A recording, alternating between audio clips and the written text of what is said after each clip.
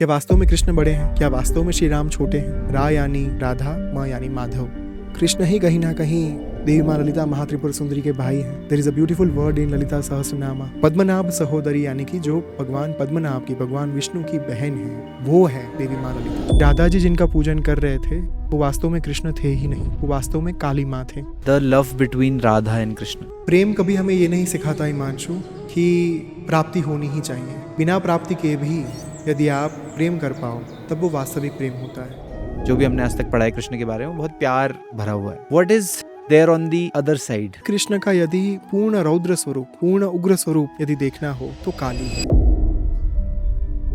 Cling कृष्णाय गोविंदाय गोपीजन वल्लभाय स्वाहा। तो इसमें क्लिंग का जो बीज मंत्र है वो ही माँ काली का भी बीज मंत्र है। कलयुग में इसलिए भी कृष्ण ज्यादा रिलेवेंट है क्योंकि उन्होंने ही कहा था यदा यदा हि धर्मस्य ग्लानिर्भवति Bharat अभ्युत्थानम अधर्मस्य तदात्मानं सृजाम्यहम्। Brahmachari Parakhom ji, welcome to Make Sense, and I am so glad because this is your first podcast in your new avatar and your new life. So thank you so much for doing this with me. Thank you so much, Himanshu. This is my very first episode after my brahmacharya initiation, so I'm equally excited. Would like to start with a Yes. stuti.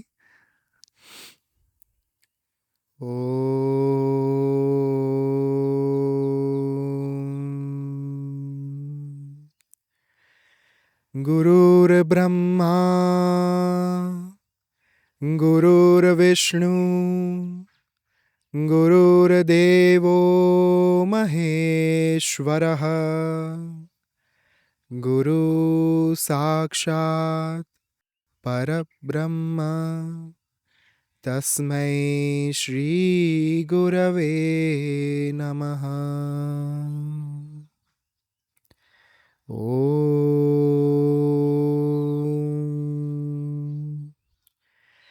हरे कृष्ण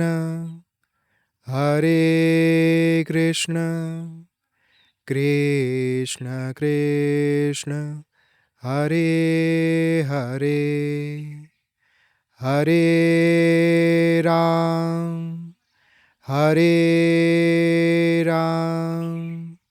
राम राम हरे हरे। सर्वप्रथम मैं अपने गुरु श्री ओम स्वामी तथा आप सभी के अंतर्मन में विराजमान माँ आदि पराशक्ति को साष्टांग दंडवत प्रणाम करता हूँ, जिनकी दिव्य प्रेरणा से आज हम सब यहाँ पर एकत्रित हुए हैं। नारायणी नमोस्तुते। श्री गुरुभ्यो नमः। इदम गुरवे इदम नमः। Beautiful. Okay, so today's episode is dedicated to Shri Krishna, and मैं कोई क्वेश्चन नहीं पूछूंगा आपसे इसमें. I would like you to decide where do you want to start this. Okay, so ये इसलिए भी बहुत सुंदर अवसर है क्योंकि मेरे ब्रह्मचर्य इनिशिएशन के बाद सबसे पहली साधना जो मैं Right. कंडक्ट करने जा रहा हूँ वो भगवान कृष्ण के महामंत्र की साधना है, जिसका उच्चारण हमने शुरुआत में इस एपिसोड की शुरुआत में भगवान को इन्वोक करने से किया, हरे कृष्ण महामंत्र। और ये साधना 6 मई से लेकर 13 मई तक श्री बद्रिकाश्रम में होने वाली है। This will be my first Sadhana after my ब्रह्मचर्य इनिशिएशन जो मैं कंडक्ट करने वाला हूँ। Right. सो इसीलिए भी कहीं ना कहीं इस एपिसोड की महत्ता मेरे लिए बहुत ज़्यादा है। हालांकि अपने आप में ये जो अवसर है वो एक अनन्य है क्योंकि बहुत लंबे टाइम से मैं बिफोर जो सारा एक पॉडकास्टिंग हुआ उसके बाद ये जो दीक्षा हुई उसके बाद ये पहली बार Right. कोई आश्रम में आकर पॉडकास्ट कर रहा है मेरे साथ। Right. सो टेक्निकली आश्रम में मेरा किसी बाहर के पॉडकास्टर के साथ पहला पॉडकास्ट है, तो आज तक ये कभी नहीं हुआ। मैंने अपनी चैनल के ऊपर जो बनाया था वही सारा चीज़ था। Right. लेकिन आई एम ट्रूली ग्रेटफुल कि आप रेडी हुए कि हाँ चलिए पूरी टीम के साथ चलते हैं शिव बद्रिकाश्रम की ओर और परख जी की एक नई जर्नी की शुरुआत करते हैं। So I would like to start with Krishna Mahamantra only, Right. क्योंकि बहुत ही सुंदर मंत्र है। तो पहले तो मंत्र फिर से एक बार उच्चारण कर लेते हैं। हरे कृष्ण कृष्ण कृष्ण हरे हरे, हरे राम राम राम हरे हरे। कुल मिलाकर हिमांशु ये 32 अक्षरों का मंत्र है, जहाँ पर 16-16 भागों में ये मंत्र जो है वो विभाजित है। पहला जो 16 अक्षरों का भाग है वो कौन सा है? हरे कृष्ण कृष्ण कृष्ण हरे हरे। जब आप इनके अक्षरों का, लेटर्स का आप सम करते हैं, टोटल करते हैं, तब वो 16 अक्षर बनते हैं। दूसरा 16 अक्षर का भाग जो है वो है हरे राम राम राम हरे हरे। अब इन दोनों को मिलाकर ये 32 अक्षरों का मूल मंत्र जो है वो बनता है। सबसे पहली बात तो इस मंत्र की यह है कि कई पुराणों में और उपनिषदों में इस मंत्र का हमें वर्णन प्राप्त होता है। ये पूर्णतया वैदिक मंत्र है। लोगों के मन में ये भ्रमणा है कि ये मंत्र रिसेंट डेज में जो है वो प्रकाशित हुआ है। 500 वर्षों के पहले जो चैतन्य महाप्रभु जी आए, उनके द्वारा ये मंत्र जो है पॉपुलर बनाया गया या फिर ये मंत्र लाया गया, किंतु ये पूर्ण सत्य नहीं है। पूर्ण सत्य ये है कि अग्नि पुराण, पद्म पुराण में भी इन पर्टिकुलर मंत्र का जो है वो उल्लेख हमें प्राप्त होता है। लेकिन ये जो मूल मंत्र था उसमें कृष्ण का नाम पहले नहीं था। ओके। उसमें राम भगवान का नाम पहले था। यानी मूल अच्छा। मंत्र था हरे राम राम राम हरे हरे, हरे कृष्ण कृष्ण कृष्ण हरे हरे। ओके। सवाल ये उठता है कि इसमें परिवर्तन कैसे आया, बदलाव कैसे आया? तो मूल से शुरू करते हैं। सबसे पहले भगवान नारायण के द्वारा ये मंत्र भगवान ब्रह्मा जी को दिया गया। ओके। और ये मंत्र अपार भक्ति उत्पन्न करता है, डिवोशन, जो एक साधना की, मंत्र जाप की सबसे पहली आवश्यकता होती है। डिवोशन के बिना चाहे आप 1 करोड़ जाप कर ले, कोई फायदा नहीं है। डिवोशन के साथ यदि आपने मात्र 1000 कर लिया तो भी वो 1 करोड़ के बराबर साबित होता है। तो इसलिए साधना का एक मूल रहस्य जो है वो इसमें छिपा हुआ है। ओके। कोई भी साधना, कोई भी साधक अपने जीवन में यदि सफल होना चाहते हैं तो सबसे पहले तो उनको ये सुनिश्चित करना होगा कि मन में भाव प्रकट हो। वो जिन भी देवी या देवता की पूजा कर रहे हैं, जब तक भाव नहीं होगा प्रकट, तब तक उस पूजा, आराधना, अर्चना का फल जितना मिलना चाहिए उतना नहीं मिल सकता। राइट। सो भगवान नारायण के द्वारा जब ये मंत्र भगवान ब्रह्मा जी को दिया गया, उन्होंने ये मंत्र दिया देवऋषि नारद जी को। देवऋषि नारद जी हम सब जानते हैं कि बहुत बड़े भगवान नारायण के उपासक हुए। उनके मुख पर सदा ही नारायण नारायण जो नाम है वही रहता था। ये बात अलग है कि सीरियल्स ने और फिल्मों ने उनकी इमेज को पूरा अलग तरीके से पोर्ट्रे किया है, बट वो एक कहीं ना कहीं थोड़ा ज़्यादा एक अलग इमेज उनकी वो बना दी गई। किंतु देवऋषि नारद वो ऋषि थे जिन्होंने हमारे धर्म के बहुत ही इम्पॉर्टेंट इंसिडेंट्स को आगे बढ़ाने में, काल चक्र को आगे बढ़ाने में वे निमित्त बने थे। ओके। जैसे कि एग्जाम्पल के तौर पर देवी माँ पार्वती ने जब जन्म लिया पर्वतराज के पुत्री के तौर पर, उन्हें ज्ञात नहीं था कि महादेव की प्राप्ति कैसे करें। तो जिन भी ऋषि मुनियों से वे बात करते थे, वार्तालाप करते थे, तो ऋषि मुनि पहले तो बहुत ही प्रसन्न हो जाते थे कि अरे वाह, आपको महादेव की प्राप्ति करनी है। लेकिन माँ पार्वती कहते थे कि महादेव की प्राप्ति अर्धांग के स्वरूप में करनी है, पति के स्वरूप में करनी है। तब ऋषि मुनि उनको ज़्यादा गंभीरतापूर्वक नहीं लेते थे कि मनुष्य एक ईश्वर से कैसे विवाह कर सकता है। उन्हें नहीं ज्ञात था कि स्वयं आदिशक्ति जो है वही अवतार उन्होंने धारण किया है माँ पार्वती के स्वरूप में। तो कांस्टेंट डिसअपॉइंटमेंट के बाद एक दिन देवऋषि नारद उनके वहाँ पर आए महल में, और देवऋषि नारद ने भी प्रश्न पूछा कि देवी आपको आपके मन में क्या इच्छा है? तब देवी माँ पार्वती ने कहा कि मुझे तो बस महादेव की ही प्राप्ति करनी है पति के स्वरूप में, इसके अतिरिक्त मुझे और कुछ चाहिए ही नहीं जीवन से। तो देवऋषि नारद ने कोई हास परिहास नहीं किया उनका, गंभीरतापूर्वक इतना ही कहा कि आज मैं आपको यजुर्वेद से एक ऐसा शक्तिशाली मंत्र देने जा रहा हूँ जो मंत्र आपके महादेव के समीप जाने में आपकी सहायता करेगा।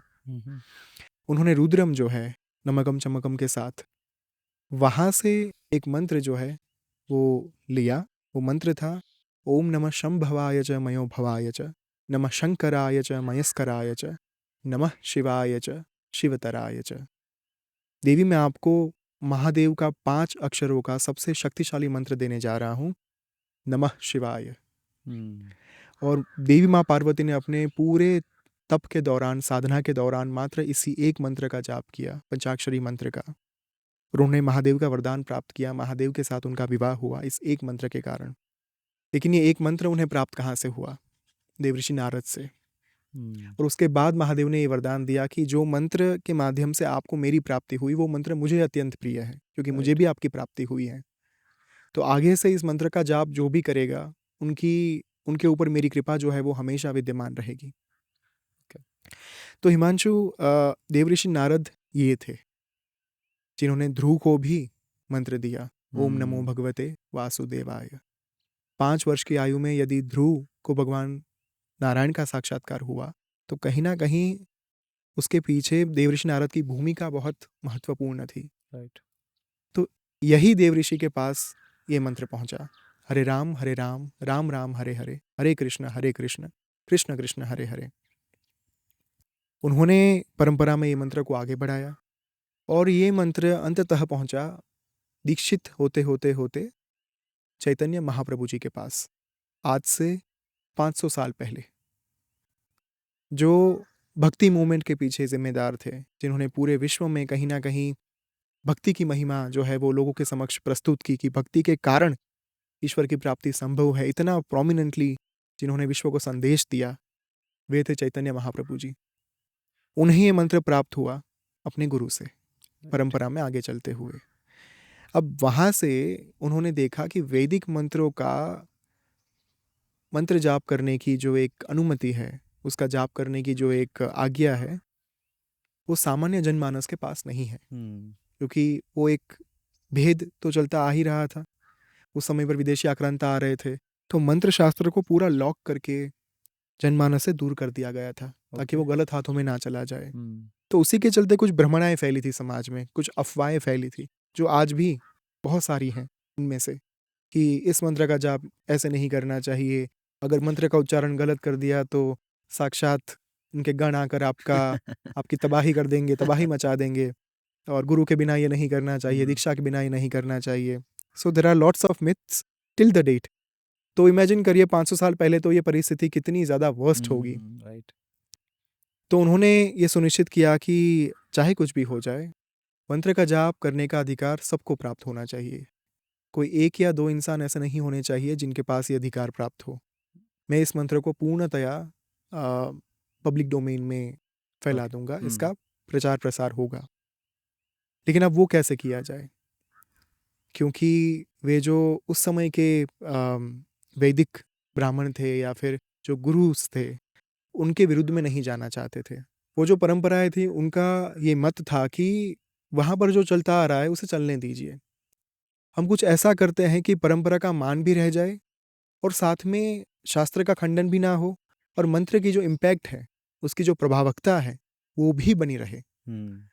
तो उन्होंने किया सिर्फ इतना कि इस मंत्र में कृष्ण के नाम को पहले ले लिया, भगवान राम के नाम को बाद में कर दिया। ओके। अब इसके चलते जो मंत्र है वो संपूर्णतया निष्कीलित हो गया। आपने देखा होगा कई बार जब हम गायत्री साधना करते हैं, तब वहाँ पर 3 शाप विमोचन करने पड़ते हैं।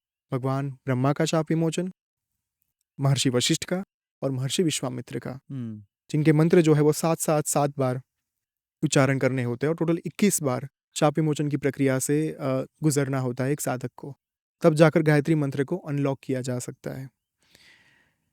यहाँ पर ये सारे विधि विधान नहीं है। ओके। यहाँ पर इस पर्टिकुलर मंत्र का विनियोग तक नहीं है। ओके। आपने यदि ध्यान दिया हो तो जितने भी मंत्र हैं, चाहे वो गायत्री मंत्र हो, मृत्युंजय मंत्र हो, पंचाक्षरी मंत्र हो, इन सारे मंत्रों के अपने अपने विनियोग होते हैं। इनके ऋषि कौन हैं, इनके देवता कौन हैं, इनकी शक्ति क्या है, इस मंत्र में कौन सी शक्ति निहित है, इसका बीज क्या है, इसका छंद क्या है, कीलक क्या है। ये 6 अंगों से, षडांग से, षड अंग यानी कि 6 अंगों से विनियोग बनता है। और वो विनियोग जो है वो इस मंत्र को पूर्णतया अनलॉक कर देता है। ओके। लेकिन कृष्ण महामंत्र में कोई विनियोग है ही नहीं। क्योंकि ये मंत्र चैतन्य महाप्रभु जी ने पहले से ही अनलॉक कर दिया है। ओके। अब यदि विनियोग नहीं है तो न्यास नहीं होंगे। कर न्यास, ऋष्यादि न्यास, मंत्र वर्ण न्यास, षडांग मंत्र न्यास, अंतर्मात्रिका, बहिर्मात्रिका। न्यास क्या है? जब आप एक बार विनियोग कर लेते हैं, विनियोग का उच्चारण हो जाता है, उसके बाद अपने शरीर के ऊपर देवता के उस मंत्र को स्थापित किया जाता है। राइट।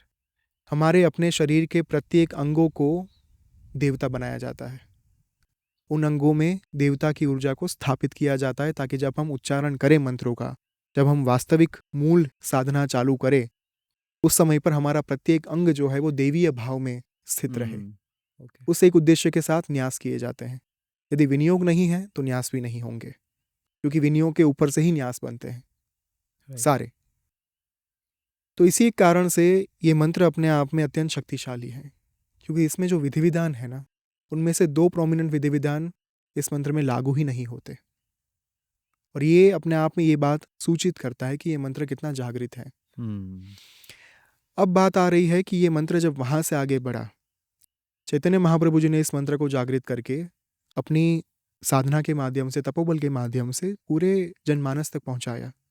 इतना पॉपुलर बना दिया कि इस मंत्र के कीर्तन शुरू हो गए। इस मंत्र को बढ़ोतरी कब मिली, प्रोत्साहन कब मिला? जब शीला प्रभुपाद जी आए। शीला प्रभुपाद जी ने यूएस जाकर पेड़ के नीचे बैठकर इस मंत्र के कीर्तन करना शुरू कर दिया। अब वहाँ से जो वेस्ट की ऑडियंस थी वो इस मंत्र के साथ जुड़ती गई, और वहीं से शुरुआत हुई इस्कॉन की। राइट। शीला प्रभुपाद जी अपने आप में एक बहुत बड़े डिवोटी थे, भगवान कृष्ण के बहुत बड़े उपासक थे। इतने बड़े उपासक के जीवन के अंतिम समय में भी उन्होंने श्रीमद् भगवद गीता का पान नहीं छोड़ा था, श्रीमद् भगवद गीता का स्मरण नहीं छोड़ा था। जब ऐसे सिद्धात्मा जन्म लेते हैं ना इस भूलोक पर, उनके द्वारा जो कार्य किया जाता है वो चिरकालीन होता है। तो उनके द्वारा जो मूवमेंट शुरू हुई, कृष्ण कॉन्शियसनेस, उस मूवमेंट के कारण धीरे धीरे धीरे पूरे विश्व में कृष्ण के प्रति लोगों को आकर्षण होता गया। धीरे धीरे धीरे कृष्ण महामंत्र के प्रति लोगों की भावनाएं बढ़ती गई, उनका भाव बढ़ता गया, भक्ति बढ़ती गई। और आज की तारीख में वी कैन सी कृष्ण महामंत्र एवरीवेयर। जहाँ जहाँ पर कीर्तन होते हैं वहाँ वहाँ पर कोई भी कीर्तन हरे कृष्ण महामंत्र के बिना अपूर्ण माना जाता है। तो कीर्तन का एक अभिन्न अंग जो है वो बन चुका है कृष्ण महामंत्र। राइट। अब यहाँ पर समझने लायक बात यह है हिमांशु, ये मंत्र वैष्णवों की परंपरा में तो चला और लंबे अरसे तक चला, आज भी चल रहा है। किंतु यही मंत्र जो मेरे गुरु हैं स्वामी जी, ओम स्वामी जी, उन्हें ये मंत्र जो है वो 20 साल की उम्र में प्राप्त हुआ। जब वे 20 साल के थे तो पिछले 25 सालों से टोटल, आज वे 45 वर्ष के हैं, उनकी जो फिजिकल आयु है, पिछले 25 वर्षों से उन्होंने इस मंत्र का निरंतर जप किया है। तो ये मंत्र मात्र कुछ ऋषि मुनियों का जागृत मंत्र नहीं है। मैं जिस परंपरा से बिलोंग करता हूँ उस परंपरा में भी स्वयं मेरे गुरु ने भी इस मंत्र को 25 साल तक जपा है, आज भी जप रहे हैं, आज भी निरंतर उनके मुख के ऊपर कृष्ण महामंत्र जो है उसका उच्चारण चलता रहता है। That's why this mantra is very much important to me. Okay. दूसरी बात जो मैंने कही, 16-16 अक्षरों का ये मंत्र है। अब देखिए यहाँ पर इस मंत्र का गूढ़ार्थ शुरू होता है, लेकिन उसके ऊपर जाने से पहले मैं इस मंत्र में जो 3 महत्वपूर्ण शब्द हैं उसके ऊपर जाऊंगा, फिर इस मंत्र के जो सीक्रेट्स हैं वो रिवील करूंगा। राइट। सबसे पहला शब्द जो है वो है कृष्ण। दूसरा शब्द मंत्र में आता है राम। तीसरा शब्द हरे। ये 3 शब्दों से ही पूरा मंत्र बना हुआ है 32 अक्षरों का। राइट। कृष्ण प्रधान पुरुषेश्वर हैं, पूर्ण पुरुषोत्तम हुए। उनसे पूर्ण कोई पुरुष जो है वो पूरे ब्रह्मांड में है ही नहीं। राइट। इसलिए उनको पुरुषोत्तम कहा गया, प्रधान पुरुषेश्वर कहा गया। जो पुरुषों के ईश्वर हैं, जो प्रधान पुरुष हैं, वो है भगवान कृष्ण। तो उनका मंत्र होने के नाते उनका नाम तो यहाँ पर होना ही था। दूसरी बहुत इंपॉर्टेंट बात, राम का नाम। देवादिदेव महादेव के द्वारा माँ पार्वती को कहा गया, राम रामेति रामेति रमे रामे मनोरमे सहस्र नाम तत्तुल्यम राम नाम वरानने। हे देवी, भगवान विष्णु के 1000 नाम के बराबर भगवान राम का एक नाम होता है। तो जब जब आप भगवान राम का नाम लेते हैं, दैट मीन्स कि भगवान विष्णु के जो सहस्र नाम हैं उनका नाम हम ले लेते हैं। अब यही बात पद्म पुराण या अग्नि पुराण, आई डोंट रिमेंबर एग्जैक्टली, वहाँ पर इस तरीके से कही गई कि भगवान राम के 3 नामों के बराबर भगवान कृष्ण का एक नाम होता है। ओके। तो A is equal to B, B is equal to C, उस नाते A is equal to C, जिसका अर्थ है कि भगवान विष्णु के 1000 नाम के बराबर इंटू 3, यानी कि 3000 नामों के बराबर भगवान कृष्ण का एक नाम, क्योंकि राम भगवान के 3 नाम बराबर कृष्ण भगवान का एक नाम। अब यही से इस मंत्र में विवाद होना शुरू हुआ। ओके। क्योंकि बहुत सारे लोगों की फरियाद है ना, बहुत सारे लोगों की कंट्रोवर्सीज जो है वो हम सुनते हैं कि अरे यहाँ पर कृष्ण नाम पहले नहीं होना चाहिए, राम का नाम पहले होना चाहिए, क्योंकि मूल वैदिक मंत्र राम के नाम से शुरू होता है, ना कि कृष्ण के नाम से। तो यहाँ पर बहुत सारे जो विद्वान हैं यही एक्सपेक्ट कर रहा था। ठीक है, ओके, या तो जो बहुत सारे विद्वान हैं उन विद्वानों को वो मौका मिल जाता है ये कहने के लिए कि देखिए हमारे कृष्ण बहुत बड़े हैं, हमारे कृष्ण इतने बड़े हैं कि बाकी के सारे ईश्वर उनसे छोटे हैं। हाँ, ओके। क्या वास्तव में कृष्ण बड़े हैं? क्या वास्तव में श्री राम छोटे हैं? तो चैतन्य महाप्रभु जी ने जिस उद्देश्य के साथ इस मंत्र को इवॉल्व किया, जिस मंत्र को उन्होंने मॉडिफाई किया, उनका उद्देश्य था कि वैदिक मंत्र का लोग जाप नहीं कर सकते, चलिए इस मंत्र को मॉडिफिकेशन के माध्यम से ऐसा बना देते हैं जिसका जाप सब लोग कर पाए। राइट। तो उन्होंने पहले तो कभी इस उद्देश्य के साथ मॉडिफिकेशन नहीं किया था कि कृष्ण बड़े हैं इसलिए उनके नाम को पहले रख दिया जाए, और राम छोटे हैं इसलिए उनके नाम को बाद में रख दिया जाए। उनका मोटिव क्लियर कट था, इस मंत्र को मुझे विश्व तक पहुंचाना है, जन जन तक पहुंचाना है, और मैं ये कार्य करके रहूंगा। उसके बाद जो पुराणों की हमने बात करी, पद्म पुराण और अग्नि पुराण, इसमें जो बातें कही गई महादेव के द्वारा पद्म पुराण में जो बात कही गई, और आई थिंक अग्नि पुराण या फिर अन्य एक पुराण के अंदर जो भगवान राम के 3 नामों के बराबर कृष्ण भगवान का एक नाम है, ये बात कही गई। अब उसका क्या अर्थ है? जब आप पूर्ण भक्ति और समर्पण के साथ भगवान राम का एक बार नाम ले लेते हैं तो वो भगवान विष्णु के 1000 नाम के बराबर हो जाता है। कहना ये चाहते थे ऋषि मुनि कि वास्तव में भगवान राम का एक बार आप मन से नाम ले लीजिए, जिसका अर्थ होगा कि आप विष्णु भगवान के सहस्र नाम के बराबर इस नाम का जप कर लिया आपने। राइट। मोटिव था कि भक्ति और समर्पण के माध्यम से ईश्वर के नाम की महत्ता को समझाया जाए। ओके। कि क्या मीनिंग होता है भक्ति के साथ किसी भगवान के नाम को भजना। और यही बात जो है वो अन्य पुराण में कही गई कि भगवान राम के 3 नामों के बराबर भगवान कृष्ण का एक नाम होता है। यानी कि जब आप पूर्ण डिवोशन के साथ अपनी फेथ के साथ आप जब भगवान कृष्ण का एक बार नाम ले लेते हैं तो वो भगवान राम के 3 नामों के बराबर साबित हो जाता है। शास्त्र ने कहा राम नाम अपने आप में एक महामंत्र है। राम का एक नाम, ये जो 2 शब्द हैं वो अपने आप में एक महामंत्र है। हालांकि कई मत जो है वो ये भी कहते हैं कि राम शब्द में ही कृष्ण जो है वो निहित है। रा यानी राधा, म यानी माधव, राधा माधव। तो इसी नाम के ऊपर से ये जो है पूरा एक वो चलता आ रहा है। लेकिन मेरा पॉइंट ये है कि ना तो राम और कृष्ण में कोई अंतर है, ना तो कृष्ण और विष्णु में कोई अंतर है, सभी एक ही हैं। ये विवाद हमारे क्रिएट किए हुए हैं। हमारी अल्पमति के कारण हमने ईश्वर तक को बांट दिया। राइट। उनको तक विभाजित कर दिया, उनको तक नहीं छोड़ा। हमने अपनी सीमाएं तो बांटी, ये देश आपका, ये देश मेरा, ये धर्म आपका, ये धर्म मेरा। ईश्वर तक को बांट दिया, ये बड़े ये छोटे। ये वास्तव में इस मंत्र का अर्थ है ही नहीं। राइट। तो कृष्ण भगवान का एक नाम हमने समझा, भगवान राम का नाम। अब राम नाम के इस मंत्र में 3 अर्थ पाए जाते हैं। ओके।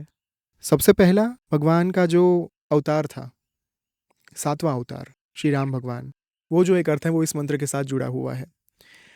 उसके बाद दूसरा जो अर्थ है, भगवान कृष्ण जिस स्वरूप में सबसे पहले प्रकट हुए, जिस स्वरूप में उन्होंने अपने मूल स्वरूप को एक्सपांड किया, एक्सपांशन हुआ जिस स्वरूप में, वो थे उनके बड़े भाई बलराम। ओके। तो काफ़ी मत ये भी कहते हैं कि इस मंत्र में जो राम शब्द है वो उनके बड़े भाई को डेपिक्ट करता है, ओह। उनके बड़े भाई को सूचित करता है, यानी कि बलराम को। हम्म। क्योंकि कृष्ण अपने पूर्ण स्वरूप में सबसे पहले प्रकट हुए थे, क्योंकि वो बड़े भाई थे कृष्ण के, तो इसीलिए बलराम जी का नाम यहाँ पर रखा अच्छा, गया है। ओके।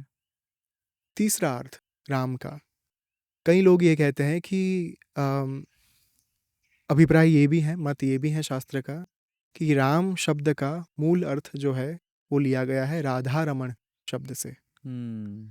तो राधा रमण, इस शब्द का यदि शॉर्ट फॉर्म हम करें तो वो राम नाम के ऊपर हम उसे ला राइट। सकते हैं। तो ये 3 अर्थ वहाँ पर राम नाम के दिए गए। अब तीसरा और सबसे इम्पॉर्टेंट वर्ड हरे। हम्म। तो राम और कृष्ण इन 2 शब्दों से ज़्यादा जिस शब्द की यहाँ पर पुनरावृत्ति होती है, पुनरावर्तन होता है, वो है हरे शब्द। राइट। बहुत बार आता है पूरे मंत्र में, हरे राम राम राम हरे हरे, हरे कृष्ण कृष्ण कृष्ण हरे हरे। दोनों पंक्ति जो हैं, यानी कि 16-16 अक्षरों के दोनों जो भाग हैं मंत्र के, उसमें हरे शब्द दोनों में कॉमन है। हरे शब्द के भी 3 अर्थ हैं। Okay.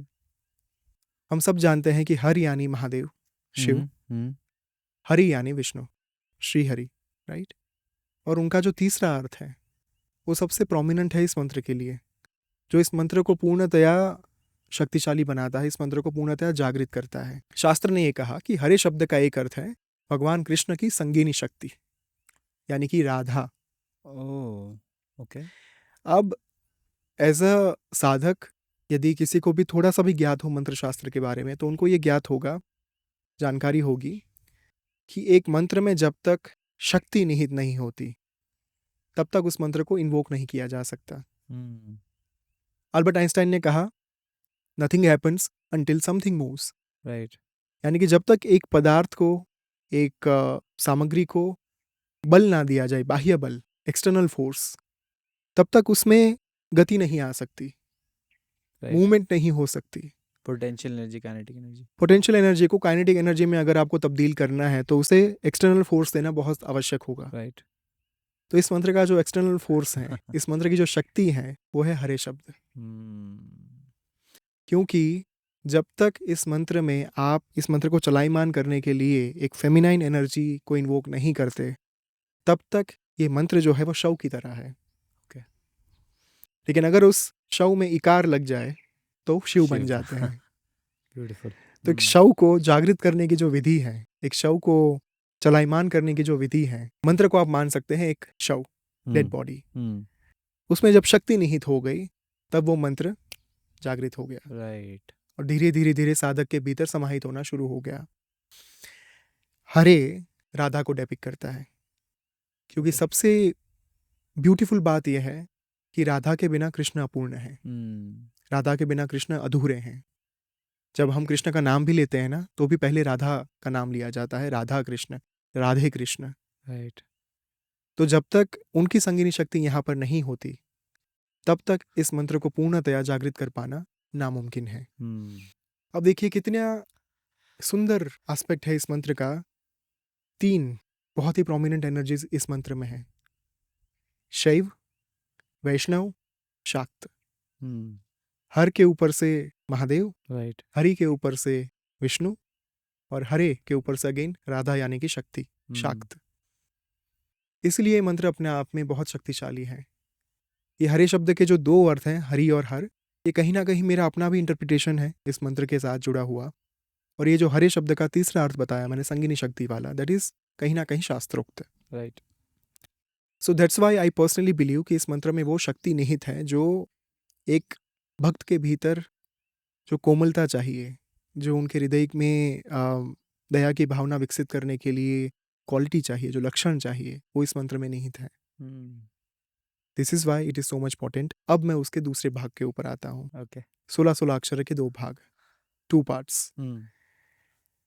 In Shri Vidya, I was about to मैं वही जाने वाला था एग्जैक्ट कि वो जैसे आपने 16 बोला, राइट, दैट षोडशाक्षरी came to my mind. Correct. हाँ जी। सो वो 16 अक्षरों के साथ जुड़ा हम्म। हुआ है षोडशाक्षरी मंत्र। राइट। और कितनी सुंदर बात है कि श्री यंत्र में या फिर श्री विद्या में जो षोडशाक्षरी मंत्र है, 16 अक्षरों का मूल मंत्र है षोडशी, देवी षोडशी का मंत्र। यहाँ पर 2 षोडश यानी कि 2 षोडशाक्षरी मंत्र जो है उसका कॉम्बिनेशन है। यहाँ पर सिर्फ डिवाइन फेमिनाइन नहीं है, यहाँ पर कामेश्वर भी हैं और कामेश्वरी भी हैं, राइट। सदाशिव भी हैं और देवी माँ ललिता भी हैं।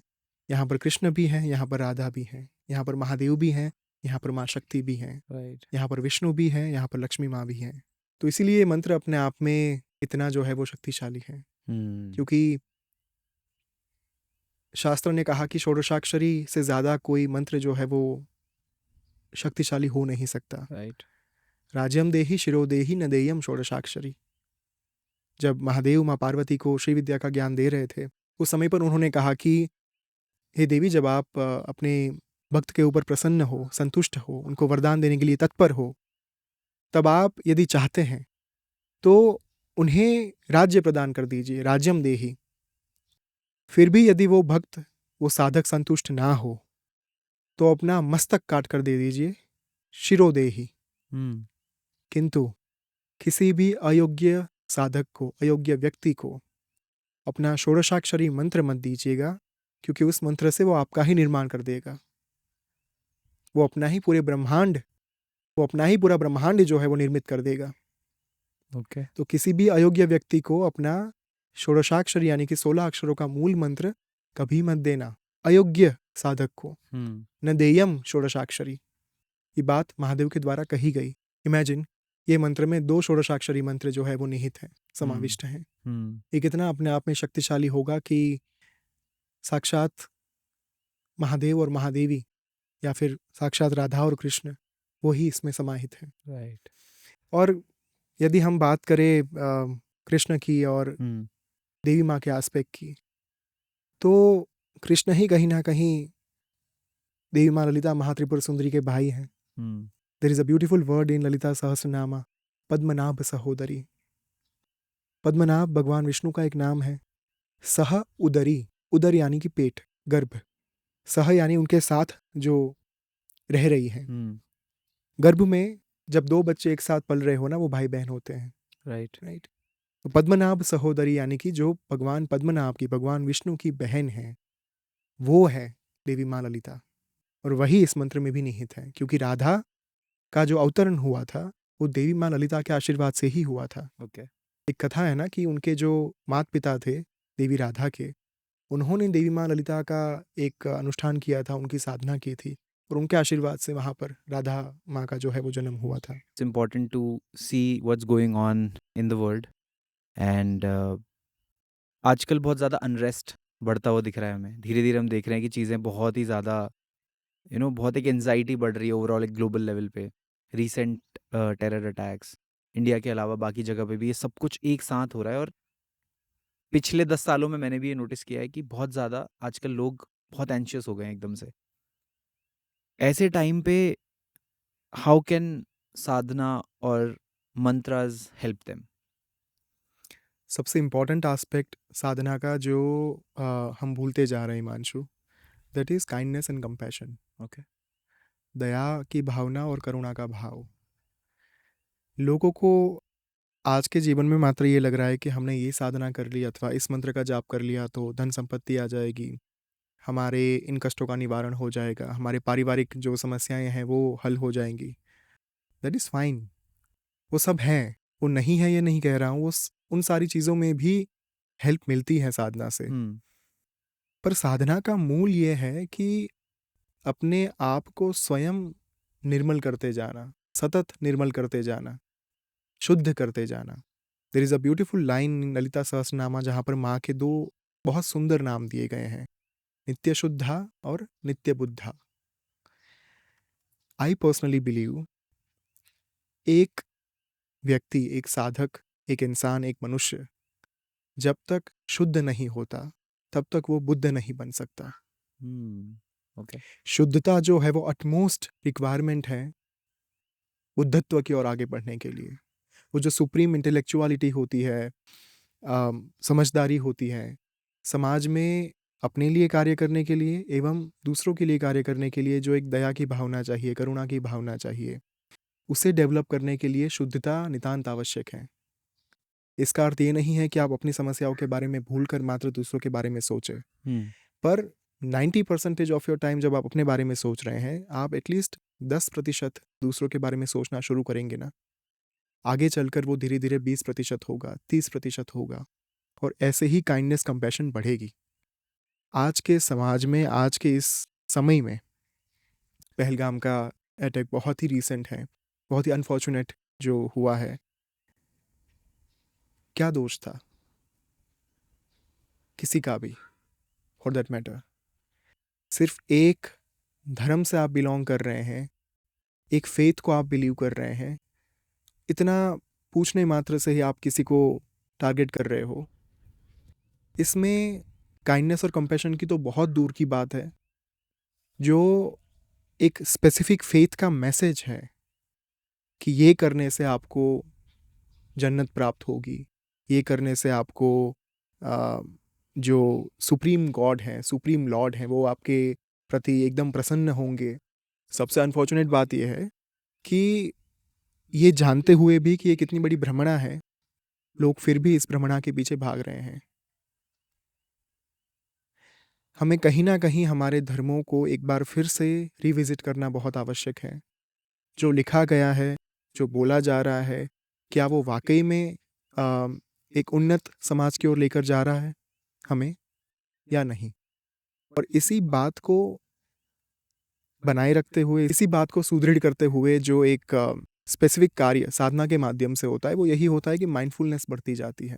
राइट। आपको पता रहता है कि ये चीज़ जो है वो नहीं करनी है और ये चीज़ करनी है।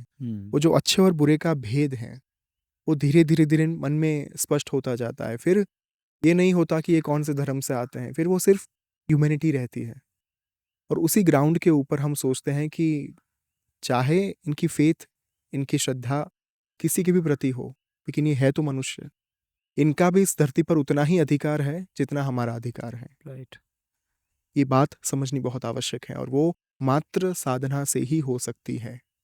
ओके। साधना मात्र स्वयं के स्वार्थ के लिए नहीं की जाती, साधना परहित के लिए भी की जाती है, दूसरों के हित के लिए भी की जाती हैं। क्योंकि जब आप एक सुप्रीम कॉन्शियसनेस को आवाहन दे रहे हो, उनको पुकार रहे हो, उनको इन्वोक कर रहे हो, ही और she, the supreme divine will make sure कि मात्र सिर्फ एक का भला ना हो। There was a beautiful explanation given by Swami ji. जब श्री विद्या की ऐप के बारे में बात हो रही थी और बिल्डर पे उन्होंने लिखा था कि यदि मैं आपको श्री विद्या प्रदान कर दूं, एक गुप्त विद्या प्रदान कर दूं, तो बदले में आप मुझे क्या देंगे, क्या देने की तैयारी रखते हैं? तो बहुत सारे लोगों ने कमेंट्स में बहुत सारी चीज़ें लिखी कि स्वामी जी, हमारा जो कुछ भी धन संपत्ति साम्राज्य है वो सब आपका है, आप जो मांगेंगे वो हम दे देंगे। स्वामी जी ने उसके बाद एक प्रवचन में कहा कि जब मैंने आपसे ये पूछा कि मैं क्या चाहता हूँ, तब मेरा टारगेट ये नहीं था, मेरा उद्देश्य ये नहीं था कि मैं आपकी कोई फिजिकल बिलोंगिंग के बारे में पूछ रहा हूँ या फिर भौतिक संपदा के बारे में पूछ रहा हूँ। मैं ये देखना चाहता था कि क्या आप वास्तव में समर्पित होकर एक विद्या को ग्रहण करने के लिए तैयार हैं। उस टाइम पर उन्होंने कहा था कि there is an effect called pin prick effect. वो इफेक्ट ये है कि जब आप किसी भी साधना के माध्यम से, किसी भी मंत्र जाप के माध्यम से एक सामूहिक तौर पर डिवाइन एंटिटी को जागृत करते हैं, उनको पुकारते हैं, मंत्र जाप करते हैं, तब जैसे हमारे इस बॉडी के ऊपर अगर कोई सुई चुभोए तो पूरे बॉडी का ध्यान उस एक भाग के ऊपर चला जाता है ना। राइट। वो पेन वो एक भाग के ऊपर फील करता है, वो माइंड को तुरंत ही मैसेज पहुंचता है कि यहाँ पर कुछ चुभ रहा है। राइट। वैसे ही अगर हमारे इस धरती पर, हमारे इस भूलोक पर कोई भी मनुष्य एक सामूहिक दृष्टिकोण से साधना के मार्ग पर चले, एक साथ मिलकर 5,000, 10,000, 25,000, 50,000 लोग जब एक दिशा में चल रहे हो, एक शक्ति को जागृत करने की दिशा में चल रहे हो, प्रोमिनेंट एनर्जी को जागृत, शुद्ध एनर्जी को जागृत करने की दिशा में चल रहे हो, जो उच्च कोटि की ऊर्जाएं हैं, तब जाकर वो जो एक कॉस्मिक बॉडी है, ब्रह्मांडीय शरीर, उसमें एक पिन प्रिक्ट इफेक्ट ला पाना पॉसिबल है। राइट। यानी कि पूरे ब्रह्मांड का ध्यान, क्योंकि ये जो सारे लोग मिलकर मंत्र जाप कर रहे हैं, साधना कर रहे हैं, वो कहीं ना कहीं उस कॉस्मिक बॉडी के ऊपर एक सुई चुभो रहे हैं। राइट। जब आप उस सुई को वहाँ पर ब्रह्मांडीय बॉडी में चुभाते हैं, तब अपने आप ये ब्रह्मांडीय बॉडी किससे बना है? देवी माँ या फिर भगवान जो नारायण हैं उनके शरीर से। हम उन्हीं के तो अंश हैं। शास्त्र कहते हैं कि उन्हीं के रोम से, उन्हीं के छिद्र से ब्रह्मांडों का प्राकट्य हुआ है। तो अगर उन्हीं के शरीर के ऊपर, यानी कि उनके कॉस्मिक बॉडी के ऊपर अगर हम एक पिन चुभोए, राइट। सुई करे, तो उस चुभन की वजह से माँ का ध्यान या फिर नारायण का ध्यान जो है वो उस ब्रह्मांड के उस भूलोक के ऊपर जा पाना मुमकिन है। तो यही इम्पैक्ट आज के समाज के लिए आवश्यक है। यदि साधना के माध्यम से एक बहुत बड़ा वर्ग जुड़ रहा है ईश्वर के साथ, क्यों इम्पैक्ट नहीं आएगी? राइट। और ये इम्पैक्ट एक या दो लोगों के लिए नहीं होगी, एक या दो देश के लिए नहीं होगी, एक या दो राज्य के लिए नहीं होगी, ये पूरे विश्व के लिए होगी। चाहे उसके लिए मेहनत सिर्फ 25-50 हज़ार लोगों ने की हो, लेकिन उसका जो एक फ़ायदा है, बेनिफिट जो है, वो पूरा विश्व लेगा। क्योंकि माँ ये देखकर भला नहीं करती कि ये क्रिश्चियन है, ये राइट। मुस्लिम है, ये हिंदू है, ये पारसी हैं। राइट। उनके लिए सब उनके बच्चे हैं। True. This is my answer. Right. Beautiful. इतने सारे सीक्रेट्स है छुपे हुए हैं ऐसे प्लेन साइट में कि आपको पता ही नहीं चलेगा अनलेस यू। तो लोगों के मन में ये भ्रमणा होती है ना कि मंत्र बहुत सिंपल है, अरे ये तो बहुत पॉपुलर मंत्र है, या फिर सब लोग इसका जाप कर रहे हैं, इसका तो कीर्तन हो रहा है, तो इसकी गुह्यता कहाँ है, गुप्तता कहाँ है? मंत्र तो वो होते हैं जो गुप्त होते हैं, तांत्रिक मंत्र। तांत्रिक होते हैं, और जो मंत्र पब्लिक डोमेन में नहीं होते वही ज़्यादा प्रभावशाली होते हैं, शक्तिशाली होते हैं। ये सब मिथ्स हैं। मैंने कितनी बार ये सुना है लोगों से कि अच्छा, ओम नमः शिवाय से क्या ही हो पाएगा? अरे माँ पार्वती को महादेव की प्राप्ति हो पाई, आपको नहीं होगी क्या?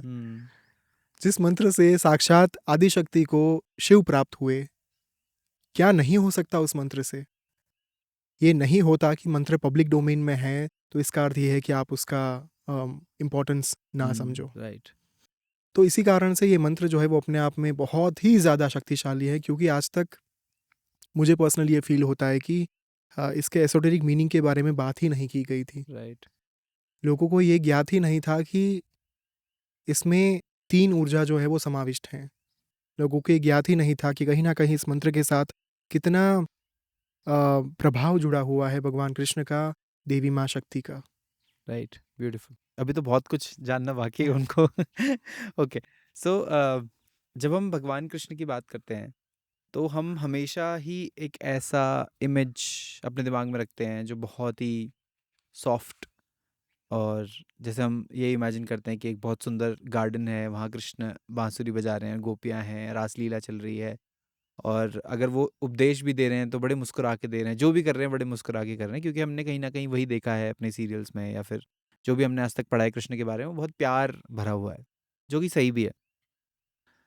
What is there on the other side जो नहीं पता लोगों को? देखिए, कृष्ण तो वो भी है जिन्होंने शिशुपाल को 10 अवसर दिए थे कि जितनी गाली देनी हो दे दो, लेकिन जब 100वीं गाली आप देंगे तब मैं नहीं छोड़ूंगा। और वाकई में एक ही झटके में उन्होंने सुदर्शन चक्र से उनका जो धड़ है वो शीश से अलग कर दिया था। ये वही कृष्ण है जिन्होंने महाभारत में बिना शस्त्र उठाए पांडवों की सेना को जीत पाई। ये वही कृष्ण है जिन्होंने कालिया नाग का उसको नाथा, उसको उसका दमन किया। ये वही कृष्ण है जिन्होंने अपनी लीला के चलते खेल खेल में ही कई सारे राक्षसों का संहार कर दिया। जब कृष्ण के सौम्य स्वरूप की बात आती है तब तो हम सब जानते हैं बांसुरी वाले कृष्ण जो है वो गोपियों के आसपास घिरे हुए हैं। और उनके अगर क्रोधित स्वरूप की भी बात करें तो भी एक बहुत ही लिमिटेड स्वरूप हमारे सामने आता है। शिशुपाल के समय का स्वरूप उनका, या फिर महाभारत के समय उनका क्रोधित हो जाना, जब अश्वत्थामा ने वो ब्रह्मास्त्र चलाया था पांडवों के वंश के ऊपर, गर्भ के ऊपर, तो उसी समय पर वो जो क्रोध कृष्ण का दिखा कि वो मणि खींच लिया गया अश्वत्थामा के ललाट के ऊपर से, और शाप दिया गया कि आप चिरंजीवी होकर घूमोगे इसी पीड़ा में पूरे कलयुग के दौरान। अब वही कृष्ण का यदि पूर्ण रौद्र स्वरूप, पूर्ण उग्र स्वरूप यदि देखना हो तो काली है, क्योंकि कृष्ण ही कहीं ना कहीं काली है। 10 महाविद्या जो है उन सभी का कनेक्शन भगवान विष्णु के 10 अवतारों के साथ है। ओके। तो भगवान कृष्ण का जो कनेक्शन देवी माँ काली के साथ है वो अपने आप में अनन्य है। इनफैक्ट यदि आप बंगाल जाएंगे तो वहाँ पर कृष्ण काली मंदिर है। जैसे शिव और पार्वती अर्धनारीश्वर में होते हैं, आधे आधे स्वरूप में दोनों विद्यमान होते हैं, प्रकृति और पुरुष स्वरूप में वैसे ही कृष्ण और काली जो है वो बंगाल में विद्यमान है। ओके। दोनों के हाफ हाफ फॉर्म्स में। तो एक बहुत सुंदर कथा का मुझे स्मरण हो रहा है। एक बार राधा के पति को संशय हुआ कि ये हर रोज़ रात को किनका पूजन करने के लिए जाते हैं बाहर। तो उनके संशय का समाधान करने के लिए वो एक बार राधा जी के पीछे पीछे चलने लगे कि आज तो मैं इन्हें पकड़ ही लूँगा, आज पता चल जाएगा कि ये हर रोज़ रात को वाकई में कौन से ईश्वर की पूजा करने के लिए जाते हैं। राधा जी ने हमेशा ये कहा था कि मैं कृष्ण की पूजा करने के लिए जाती हूँ, किंतु उनके पति के दिमाग में जो है वो बहुत सारे भ्रम उन्होंने पाले हुए थे। तो एक बार एक रात को वो उनके पीछे चल दिए। जैसे ही राधा जी मंदिर में पहुँचे और कृष्ण जो है वो वहाँ पर उनके सिंहासन के ऊपर बैठे हुए थे, और राधा जी के जो पति हैं वो मंदिर में प्रवेश करते ही एक स्तंभ के पीछे, पिलर के पीछे छिप गए, और उन्होंने तय किया कि जैसे ही राधा जी जो है वो पैर छुएंगे अपने ईश्वर के, मैं उन्हें रंगे हाथ पकड़ लूँगा। तो राधा जी पहुँचे भगवान कृष्ण के पास। उन्होंने जैसे ही पूजन शुरू किया उनका, तुरंत ही जो राधा जी के पति थे उन्होंने स्तंभ से पीछे बाहर आकर देखा, तो वो क्या देखते हैं कि राधा जी जिनका पूजन कर रहे थे वो वास्तव में कृष्ण थे ही नहीं, वो वास्तव में काली माँ थे। तो यहीं से हमें एक गहरा संबंध प्राप्त होता है कृष्ण और काली के बीच में। इनफैक्ट जो कृष्ण भगवान का जन्म का दिन था, जो तिथि थी, वो भी अष्टमी थी, और अष्टमी जुड़ी हुई है दुर्गाष्टमी के साथ भी और कालाष्टमी के साथ भी। राइट। तो उसका जो कृष्ण पक्ष पूरा जो है वो जुड़ा हुआ है भगवान कृष्ण के साथ, और शुक्ल पक्ष जो है वो देवी माँ के साथ जुड़ा हुआ होता है। और अष्टमी तिथि के साथ इसलिए भी कृष्ण जुड़े हुए हैं क्योंकि देवी माँ ललिता के सहस्र नाम में आता है अष्टमी चंद्र विभ्राज दलिक स्थल शोभिता। अष्टमी के साथ उनको जो है व्याख्यायित किया गया है देवी माँ को। और प्रत्येक त्योहार के दौरान जब आप देखेंगे अष्टमी का एक अलग ही महत्व है। राइट। चाहे वो भवानी अष्टकम हो, वो भी 8 पद से बना हुआ है। चाहे दुर्गाष्टमी की बात हो, वो भी अष्टमी के साथ जुड़ी हुई है। चाहे जन्माष्टमी की बात हो। इनफैक्ट पूरे साल में 4 महारात्रियाँ आती हैं हिमांशु। कालरात्रि, महारात्रि, मोहरात्रिश्च दारुणा, त्वम श्रीस्त्वमेश्वरी, त्वम ह्रीस्त्वम बुद्धिर्बोधलक्षणा। कालरात्रि, महारात्रि, मोहरात्रि, दारुण रात्रि, इन 4 रात्रियों के ऊपर यदि कोई भी साधक साधना की शुरुआत करे अथवा तो पूर्णाहुति करे, उनकी साधना का परिपूर्ण होना तय है, क्योंकि इन रात्रियों के ऊपर शक्ति जो है वो बहुत प्रोमिनेंट होती है, जागृत होती हैं। कालरात्रि यानी दीपावली की रात, महारात्रि यानी कि महाशिवरात्रि की रात, दारुण रात्रि यानी कि होली की रात, और मोह रात्रि यानी कि जन्माष्टमी की रात। अब ध्यान देने लायक बात यह है कि एक श्याम है, दूसरी श्यामा, यानी कि कृष्ण और काली। दोनों के बीज मंत्र क्लिंग है। जब आप कृष्ण भगवान का तांत्रिक मंत्र भी देखते हैं, वो मंत्र क्या है? क्लिंग कृष्णाय नमः, या फिर क्लिंग कृष्णाय गोविंदाय गोपीजन वल्लभाय स्वाहा, या फिर नमः। तो इसमें क्लिंग का जो बीज मंत्र है वो ही माँ काली का भी बीज मंत्र है। दोनों के बीज मंत्र एक समान है, दोनों के वर्ण श्याम है। एक श्यामा है, दूसरी श्याम है। एक श्याम है, दूसरे श्यामा है। तीसरा सबसे प्रोमिनेंट एस्पेक्ट योग माया। जब भगवान कृष्ण का जन्म हुआ उसी समय पर नंद बाबा के वहाँ पर योग माया का जन्म हुआ। तो जब वसुदेव जी भगवान कृष्ण को एक टोकरी में उठाकर लेकर गए यमुना क्रॉस करते हुए और नंद बाबा के वहाँ पर रखा, उनके वहाँ पर जो जिस संतान का जन्म हुआ था, योग माया को उठाकर, उस बच्ची को उठाकर वे वापस कारागार में आए, जेल में आए। और उसी समय पर सारे जो सैनिक थे वो जाग गए। कंस को पता चला कि इस तरीके से 8वें संतान का जन्म हो चुका है। कंस आया कारागार में। जैसे ही उसने बच्ची को हाथ में लिया, वो बच्ची तुरंत ही उसके हाथ से निकलकर हवा में प्रकट हो गई और अपने पूर्ण स्वरूप में, योग माया स्वरूप में प्रकट होकर उस बच्ची ने कहा कि तुम्हारा संहार करने वाला प्रकट हो चुका है, जन्म ले चुका है। ये जो योग माया थी हिमांशु, वो वास्तव में देवी माँ ललिता महात्रिपुर सुंदरी थी, पद्मनाभ सहोदरी। वही उनकी बहन थी। If you go to the south India, there is a beautiful temple called Meenakshi Amman, जो मदुराई में है, तमिलनाडु में। अब उनकी दीवारों के ऊपर, उस मंदिर के दीवारों के ऊपर जब आप देखेंगे, जो भींत चित्र लगे हुए हैं, जो पोर्ट्रेट्स लगे हुए हैं, शिल्प कंडारे गए हैं, वहाँ पर भगवान विष्णु, भगवान महादेव और माँ पार्वती का विवाह करा रहे हैं। ओके। भाई के स्वरूप में आकर। मीनाक्षी जो है वो देवी माँ ललिता महात्रिपुर सुंदरी है, जो मीनाक्षी पंचरात्रम से एक ध्यान श्लोक प्राप्त होता है, श्री विद्याम शिवाम भाग निलयाम। उसी में जो 4th लाइन है, आखिरी लाइन, वो है मीनाक्षीम प्रणतोस्मि संततमहम कारुण्यवारानिधिम। तो वो जो मीनाक्षी नाम है, मीन अक्षी, ये नाम कहीं ना कहीं ललिता सहस्त्र नाम से भी जुड़ा हुआ है। जिनकी आंखें मछली जैसी हैं, तो वही माँ ललिता का एक स्वरूप है जिन्होंने तप किया और महादेव की प्राप्ति की। अब जब उनका विवाह होने वाला था, महादेव हिमालय से उतर कर आए विवाह करने के लिए मीनाक्षी अम्मन के साथ, मीनाक्षी अम्मा के साथ, माँ के साथ। उस समय पर सारे देवतागण जो है वो सम्मिलित हुए थे उनकी यात्रा में, विवाह समारोह में। और उसी समय पर भगवान विष्णु ने मीनाक्षी अम्मा जो है उनके भाई के स्वरूप में आकर उस विवाह में सम्मिलित हुए थे, उस विवाह संस्कार का एक भाग भी बने थे। तो इसलिए I love the aspect of Krishna's, ये जो काली का पूरा एक एस्पेक्ट है जहाँ पर दोनों का एक बहुत ही ज़्यादा सिमिलैरिटीज दिखती हैं और बहुत सारे लोग इसमें भेद करते हैं। किंतु अगेन मैं इफ़ ट्रूथ बी टोल्ड के ऊपर जाना चाहूँगा। स्वामी जी की अपनी जो किताब है, मेमोर है, जब उन्हें भगवान का साक्षात्कार हुआ, देवी माँ का साक्षात्कार हुआ, उसके बाद ही उन्होंने नारायण का भी साक्षात्कार किया। तो ये अपने आप में एक गहरा रहस्य है। जब आप कृष्ण के पास जाते हैं, कृष्ण आपको माँ के पास भेजते हैं, अपनी बहन के पास।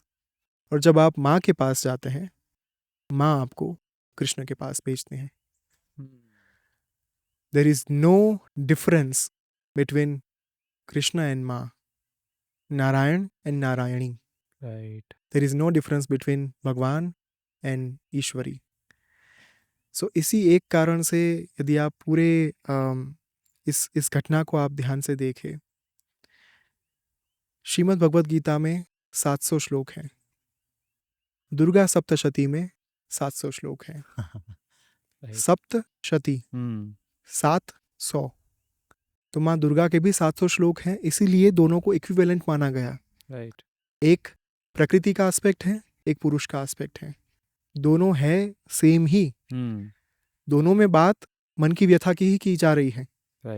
दुर्गा सप्तशती में जिन असुरों की बात की गई, रक्तबीज, महिषासुर, चंड, मुंड, शुंभ, निशुंभ, मधु, कैटभ, ये सारे असुर मन की अवस्था को दर्शाते हैं। श्रीमद् भगवद गीता में भगवान ने मन को कैसे नियंत्रण में लाया जाए, क्योंकि कृष्ण का जो एक भाव था भगवद गीता देने के पीछे का, वो यही था ना कि अर्जुन हताश हो चुका था, निराश हो चुका था। मैं कैसे युद्ध करूंगा, कैसे मैं जीत पाऊंगा, कैसे मैं अपने ही परिवारजन के सामने शस्त्र उठा पाऊंगा। तभी कृष्ण को ये कहना पड़ा कि ये सब जो तुम देख रहे हो ना, ये बहुत टेम्पररी है। इससे ऊपर उठो, शस्त्र उठाओ और धर्म की पुनर्स्थापना के लिए उत्साहित बनो। तब जाकर भगवत गीता जो है वो प्रदान कर दी गई। तो यही दोनों सेम एस्पेक्ट दोनों ग्रंथों में प्राप्त होते हैं। इसलिए I always see Krishna as देवी माँ एंड देवी माँ एज कृष्णा। ब्यूटीफुल। कलयुग में कृष्ण की जो साधना होती है या भक्ति होती है, is it more effective because he was also born on this planet and he was married here? Krishna इसलिए भी बहुत ज़्यादा रिलेवेंट है हिमांशु, क्योंकि उन्होंने बहुत ही मनुष्य के स्वरूप में जीवन जिया। राम और कृष्ण दोनों का जीवन जो है वो ऐसा ही रहा। दोनों अपने अपने जीवन में जहाँ जहाँ पर परेशानियाँ आई, उन्होंने फाइट बैक किया। राइट। भगवान राम के जीवन को जब आप देखते हैं पूरा, चाहे रामचरितमानस में देखिए, चाहे आप वाल्मीकि कृत रामायण में देखें, कहीं पर भी उन्होंने ये नहीं कहा कि अरे मेरे साथ ऐसा क्यों हो रहा है, ट्रू। मैं तो ईश्वर हूँ। उन्होंने सतत लोगों को यही समझाने का प्रयास किया कि यदि ईश्वर को भी मनुष्य देह में आकर इतनी परेशानियां सहन करनी पड़ रही है, तो मनुष्य को तो करनी ही पड़ेगी। राइट। आज की तारीख में हम बहुत देखते हैं ना कि लोग कहते हैं कि मैं बहुत भक्ति करता हूँ, मैं बहुत साधना करता हूँ, फिर भी मेरे जीवन में इतनी परेशानी क्यों आती है, फिर भी इतने कष्ट क्यों हैं, फिर भी मैं इतना दुखी क्यों हूँ, हताश क्यों हूँ? क्योंकि आप काम नहीं कर रहे हो अपने जीवन में। राइट। आप आलस्य से भरे हो और आप यही सोचकर चल रहे हो कि मेरी भक्ति के कारण, मेरी साधना के कारण, मेरे मंत्र जाप के कारण मुझे ईश्वर की प्राप्ति हो जाएगी और मुझे कोई काम नहीं करना पड़ेगा। You are wrong. 14 साल भगवान राम ने बिताए थे वनवास के दौरान। वहीं पर भगवान कृष्ण जो है, जहां पर उन्होंने जिन जिन नगरियों को छोड़ा, फिर कभी वापस मुड़कर नहीं देखा। राइट। आखिर में द्वारका आकर बस गए और द्वारका में भी उन्होंने जो पूरा एक यादवा स्थली देखी, उसके बाद भी कहीं ना कहीं वो एकांतवास में उन्होंने मृत्यु को अपनाया कि ये अब बहुत हो चुका, अब मैंने ये बहुत सारी चीज़ें देख ली, अब मुझे शांति से मृत्यु प्राप्त करनी है। तो राम और कृष्ण दोनों का जीवन एक गृहस्थ का जीवन था। इसलिए इस मंत्र को जब आप देखते हैं ना, ये मंत्र कलयुग में इतना शक्तिशाली इसलिए है क्योंकि इसमें दोनों जो हमारे प्रधान पुरुष हैं, जिन्होंने समाज के सामने दृष्टांत बिठाया कि जीवन कैसे जिया जाता है, कैसे परेशानियों के चलते कुरुक्षेत्र के बीच में रहकर भी अपनी समझ से, बौद्धिक क्षमता से काम लिया जा सकता है, with kindness and compassion. Right. Ram और कृष्ण वो थे जिन्होंने पूरा जीवन एक समाज को दृष्टांत देने में बिताया कि हाँ, मनुष्य होकर समस्याओं से ऐसे फाइट बैक किया जा सकता है। राइट। कलयुग में इसलिए भी कृष्ण ज़्यादा रिलेवेंट है क्योंकि उन्होंने ही कहा था, यदा यदा हि धर्मस्य ग्लानिर्भवति भारत अभ्युत्थानम अधर्मस्य तदात्मानं सृजाम्यहम्।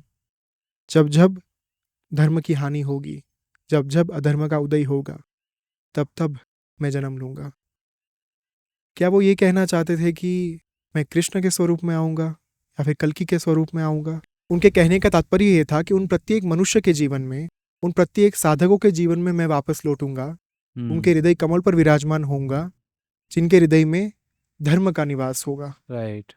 जिनके हृदय में वास्तव में धर्म के लिए, सनातन के लिए कार्य करने की इच्छा होगी, जिनके हृदय में वास्तव में काइंडनेस, कंपैशन होगी, जो वाकई में लोगों के लिए जीना चाहते होंगे, लोक कल्याण के लिए जीना चाहते होंगे, मैं वहां पर वापस लौटूंगा। And that is why Krishna हर बार लौटते हैं, बार बार लौटते हैं, प्रत्येक युग में लौटते हैं, प्रत्येक समय में लौटते हैं। राइट। इसीलिए कलयुग जो है वो उनका ही अपना युग है। सी, देयर इज अ शास्त्रोक्त थिंग जहां पर भगवान ब्रह्मा जी ने नारद जी को ये कहा था, जब ये मंत्र प्रदान किया जा रहा था, हरे कृष्ण महामंत्र, देवऋषि नारद ने पूछा कि ये मंत्र काम कैसे करेगा, ये मंत्र का लाभ क्या होगा? भगवान ब्रह्मा ने कहा कि कली काल में, कलयुग में कली के प्रभाव से बचने के लिए ये अत्यंत शक्तिशाली मंत्र होगा। ओके। कली का प्रभाव यानी कि ये नहीं कि कोई असुर आएगा और चीज़ों को संहार करने के लिए वो करेगा, और आपको ये मंत्र जो है वो बचाने का कार्य करेगा। कली जो है वो मन का भाव है। राइट। क्योंकि परीक्षित राजा की कहानी है ना कि उनके मुकुट में जाकर कली जो है वो बस चुके थे, उनके मुकुट में जाकर उन्होंने वहां पर एक अपना स्थान ग्रहण कर लिया था। तो इसी तरीके से जहां जहां पर कली का निवास होता है, कली काल जहां पर व्याप्त होता है, वहां पर कली के दुर्विचारों से, कली के प्रभाव से एक मनुष्य के मन को, उसके अंतर को मुक्त रखने का कार्य जो है वो ये मंत्र करता है। वो कार्य कृष्ण स्वयं करते हैं। राइट। इसीलिए कृष्ण का जो प्रभाव है, कृष्ण के मंत्र का जो प्रभाव है, कृष्ण की साधना का जो प्रभाव है, वो आज भी बहुत ज़्यादा गहरा है। Okay, beautiful. जब हम जैसे हम बात कर रहे थे कि लोगों को इंटरेस्ट उसमें आता है जिसमें तंत्र की बात हो रही हो, या फिर ऐसी कोई साधना जिसमें आपको थोड़ा एक्साइटमेंट आए, और ऐसे मंत्रों में नहीं आता जो जनरली अवेलेबल होते हैं हर जगह। तो इस मंत्र की जब हम बात करते हैं स्पेसिफिकली, तो इसमें बहुत बड़ा रोल है भक्ति का, राइट? तो हाउ डू यू, पहली बात तो ये मंत्र भक्ति में कैसे हमें इवॉल्व करता है, एंड भक्ति को डेवलप ही कैसे करें to be in this state? Krishna ही भक्ति है। ओके। जब हम गोपियों को देखते हैं उनके आसपास, वो समर्पण का सूचक है। ओके। जब हम बांसुरी को देखते हैं, वो भक्ति का सूचक है। बांसुरी है क्या? जब आप अंदर से खाली हो जाते हो, खोखले हो जाते हो, समर्पित हो जाते हो, जब आपके भीतर कोई अहंकार नहीं रहता भरा हुआ, राइट। जब आपके भीतर कोई विकार नहीं होता ना, तब कृष्ण साक्षात आपको अपने मुखारविंद से लगा लेते हैं। और तब कृष्ण साक्षात वो म्यूजिक प्ले करते हैं, वो धुन बजाते हैं जो पूरे विश्व को सुनाई दे। और वही धुन जो आपके अंदर से आ रही है, वो पूरे विश्व को मोहित कर देती है। वो बांसुरी दर्शाती है। ओके। और वही बांसुरी जो समर्पण भाव का सूचक है, उसी के कारण गोपियां जो हैं, जो भक्ति में लिप्त हैं, वो कृष्ण के आसपास अपना सारा काम छोड़कर नृत्य करने लगती हैं, रासलीला करने लगती हैं। कृष्ण का होना, कृष्ण की साधना करना, वही भक्ति को पैदा करना है, भक्ति को उत्पन्न करना है। ओके। जितना ज्यादा कृष्ण का पूजन किया जाएगा, कृष्ण का कीर्तन किया जाएगा, उतनी ही ज्यादा भक्ति जो है वो दिल में उत्पन्न होती है। क्योंकि यहाँ पर ये तो है नहीं ना हिमांशु कि हम ये कह सके कि अच्छा इस मंत्र का जो ये भाग है ना, ये पर्टिकुलर शब्द है, वो भक्ति पैदा करता है, हाँ। ये शब्द समर्पण पैदा करता है। नहीं, राइट। कृष्ण ही सब कुछ अर्पण करते हैं। इसलिए कहा गया त्वदीयम वस्तु गोविंद तुभ्यमेव समर्पये। एक बार यदि कृष्ण को सब कुछ सौंप दिया तो बाकी कुछ रहता नहीं चिंता करने लायक। Right. There is a beautiful story. एक नाव में कुछ लोग सवार होकर जा रहे थे। बीच समंदर में एक तूफान आया और नाव जो है वो बहुत ज़्यादा हिलने लगी, और उसके ऊपर जो सवार मुसाफिर थे बहुत डरने लगे। क्या होगा हम सबका, कैसे होगा, कैसे बच पाएंगे, पहुंच पाएंगे या नहीं, जीवित रह पाएंगे या नहीं। उन सबके बीच में एक छोटी सी बच्ची थी। वो बच्ची हंस रही थी वहां पर। तो लोगों ने समझा ये पागल हो चुकी है, इसका दिमाग सठिया गया है। थोड़ी देर तो ये चला, फिर लोगों ने जाकर पूछा कि क्या आपको पता है कि तूफान आ रहा है? क्या आपको पता है कि हम जीवित नहीं रहने वाले? ये इतना भयंकर तूफान है कि जिसके बीच में जीवित रहने की संभावना नहीवत है। हो सकता है कि कल का सूरज भी हम ना देख पाए। फिर भी आप खुश हो, फिर भी आप मुस्कुरा रहे हो। तब उस बच्ची ने कहा कि मैं मुस्कुरा इसलिए नहीं रही हूं क्योंकि तूफान आ रहा है। मैं इसलिए स्माइल कर रही हूं क्योंकि ये जो नाव है ना, मेरे पिता चला रहे हैं। और मुझे विश्वास है अपने पिता के ऊपर, क्योंकि उन्हें ये पता है कि उस नाव के ऊपर अपनी बच्ची जो है वो मैं लेकर जा रहा हूं, और वो अपनी संतान को डूबने नहीं देंगे। राइट। अगर ये समर्पण के साथ आप कृष्ण की भक्ति करते हो, कृष्ण की साधना करते हैं, कृष्ण की यदि आप पूजा करते हैं, उनके मंत्रों का जाप करते हैं, तो फिर चाहे भक्ति हो, चाहे समर्पण हो, चाहे श्रद्धा का भाव हो, चाहे भौतिक संपदा हो, चाहे आध्यात्मिक संपदा हो, ये सब कुछ अपने आप आता है बाय प्रोडक्ट की तरह। फिर वो कृष्ण का कार्य होता है, वो उनकी जिम्मेदारी बन जाती है कि उनके भक्त के भीतर कैसे निहित होना है, समाविष्ट होना है। Right. Beautiful. With one last point मैं इसको कंक्लूड करना चाहूँगा, because that is I think the beauty of Krishna stories, and that is the love between Radha and Krishna. And हम इतनी स्टोरी सुनते हैं, और जब भी इनफैक्ट हम जब वृंदावन जाते हैं तो हम कृष्ण नहीं बोलते, हम राधे कृष्ण बोलते हैं या राधे राधे बोलते हैं। बट फिर भी मुझे ऐसा एक वो आता है कि इतना प्यार, जिसके जो पूरे वर्ल्ड के लिए एक बहुत बड़ा एग्जाम्पल है, बट फिर भी वो दोनों साथ में नहीं थे। मतलब in the end Krishna married Rukmini, and तो ये हमें क्या समझाने की कोशिश कर रही है ये पूरी स्टोरी? बहुत ही कम शब्दों में कहूँ तो प्रेम कभी हमें ये नहीं सिखाता हिमांशु कि प्राप्ति होनी ही चाहिए। हम्म। बिना प्राप्ति के भी यदि आप प्रेम कर पाओ तब वो वास्तविक प्रेम होता है। राइट। किसी को बंधन में बांधकर प्रेम करना वो स्वार्थ होगा। किसी को फ्रीडम देकर स्वतंत्र रखते हुए प्रेम करते रहना ही प्रेम है। राइट। और यही राधा और कृष्ण हमें सिखाते हैं। दूर रहकर भी प्रेम की मशाल बन जाना, एक मिसाल बन जाना, वही राधे कृष्ण है। और इसीलिए कृष्ण बार बार कहते हैं कि कोई मेरा नाम लेगा ना तो हो सकता है मैं ना आऊं, हम्म। लेकिन यदि कोई आपका नाम लेगा राधा, मुझे अवश्य आना पड़ेगा। इसलिए हम 2 बार राधे राधे कहते हैं, ना कि राधे कृष्ण कहते हैं राइट। कई बार। राइट। तो प्रेम वो नहीं है जो बांधे, प्रेम हम्म। तो वो है जो मुक्त करे। और वो मुक्ति का संदेश ही राधा कृष्ण की जो प्रेम कथा है वो लेकर आई है। Goosebumps. Thank you so much again for this beautiful.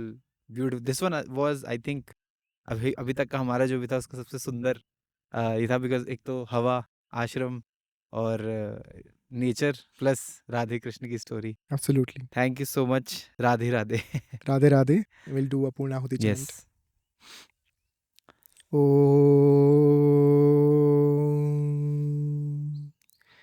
पूर्णमदः पूर्णमिदं पूर्णात् पूर्णमुदच्यते पूर्णस्य पूर्णमादाय पूर्णमेवावशिष्यते। हरि ओम तत्सत्। हरि ओम तत्सत्। हरि ओम तत्सत्। Thank you so much.